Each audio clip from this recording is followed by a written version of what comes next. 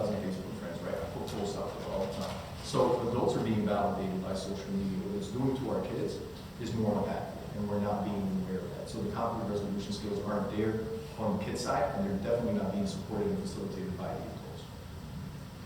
I don't know, I finish like right now, Lastly, what are we doing about it? So right now we're working with partners, and Jason is here from the Discovery Center. We have them do some work around cultural competence, implicit bias. I mean, it got deep, white fragility, white privilege, white supremacy. We don't shy away from those issues the way we used to, but it's not enough. Very surface level, we were only hitting administrators, we're not hitting our teachers, and it's not sustainable. Partly because of lack of capacity on the resource side, partly because of lack of expertise on our side. Restorative approaches and practices, we developed our own model. It's called RAP.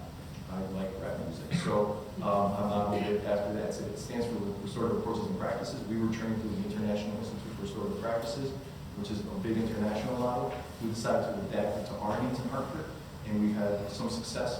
But again, it's a sustainable model if we had more resources. Right now, 16 of our 47 schools are implementing our own specific model, and the rest are getting some very surface level implementation to restorative practices, but our hope is to move to be a completely restorative district. And then lastly, enhancing our data systems to show disproportionate minority contact and disproportionality to our administrators. I've literally called the administrator, the principal, school building principal, and we don't see disproportionality at the Milners, the Sands, the Burrs, because every kid is of color. But you'll see it more in the magnets, where our suburban kids are there, and you'll see the disproportionality. You see that kids have different consequences for the same types of behaviors. And I've literally had a conversation, like, I don't think you're racist, but your data is telling me something completely different, and it might be inadvertent, but how can we address it through real-time data analysis? And so those are some of the systems that we're using in our public school. Great, thank you so much. And lastly, Cheryl will talk to us about some of the students' rights and some resources that they may not be aware of. Right, so I'm with the State Civil Rights Agency, and individuals who believe they've been discriminated against can file a complaint of discrimination with us. So we do enforcement, we do education, and we do advocacy. And through the complaints that I've prosecuted, through the complaints that have been filed, race, color, national origin definitely are factors in the pipeline.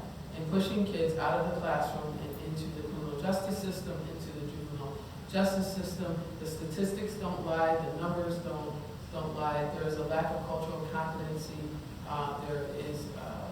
But there is a place where you're going to be held accountable.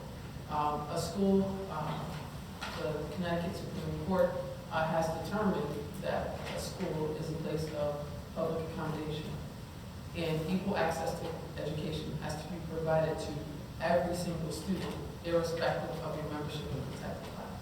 So, who thinks they're a member of a protected class?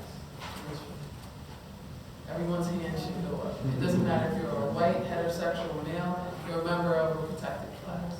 It doesn't matter if you have 2.2 children at home in a white picket fence, you're a member of a protected class.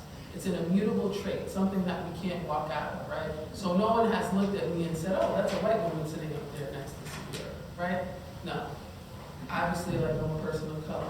You may not know what color, you may think I'm black, you may think I'm Hispanic, you can think that I'm of mixed parentage or what have you, but no one in this room is saying that's a white woman who's sitting. And there's nothing I can do to run out of my color. I can start sprinting around this room, right? Like Flash. But I'm still, when I stop, going to be a woman of color. So, you have kids put into a situation where they have these immutable traits. Their gender, right? They're a girl, then they're a black girl, they're a Latino girl, and they can't, move away from that. That is who they are.